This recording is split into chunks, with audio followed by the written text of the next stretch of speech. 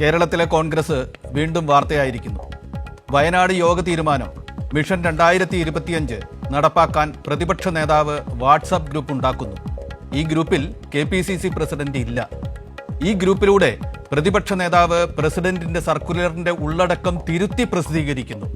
ജില്ലാ ചുമതലയുള്ള ജനറൽ സെക്രട്ടറിമാരെ മറികടന്ന് കൂടുതൽ നേതാക്കൾക്ക് ചുമതല നൽകുന്നു. ഏതാനും KPCC ഭാരവാഹികൾ ഇതിനെതിരെ പ്രസിഡന്റിനോട് പരാതി പറയുന്നു. ദില്ലിയിലുള്ള KPCC പ്രസിഡന്റ് രാത്രി അടിയന്തരമായി KPCC ഭാരവാഹികളുടെ ഓൺലൈൻ യോഗം വിളിക്കുന്നു. ഈ യോഗം പ്രതിപക്ഷ നേതാവ് അറിയുന്നേയില്ല. പ്രതിപക്ഷ നേതാവ് സംഘടനാ കാര്യങ്ങളിൽ കൈകടത്തുകയാണ് എന്ന് തുടങ്ങിയ ഗുരുതരമായ വിമർശനങ്ങൾ യോഗത്തിൽ ഉയരുന്നു. ഇന്ന് പത്രപ്രവർത്തകരെ കണ്ട K സുധാകരൻ ഈ കാര്യങ്ങൾ സ്ഥിരീകരിക്കും വിധം സംസാരിക്കുന്നു. KPCCയുടെ അധികാരത്തിൽ കൈകടത്തിയാൽ അത് നിയന്ത്രിക്കാൻ തനിക്കറിയാം എന്ന് പരസ്യമായി പറയുന്നു. പിന്നാലെ യോഗത്തിലെ വിമർശനങ്ങൾ വാർത്തയാക്കേണ്ടതില്ല എന്ന് പരാമർശിച്ചുകൊണ്ട് VD സതീശനും വാർത്തകൾ ശരിവെക്കുന്നു.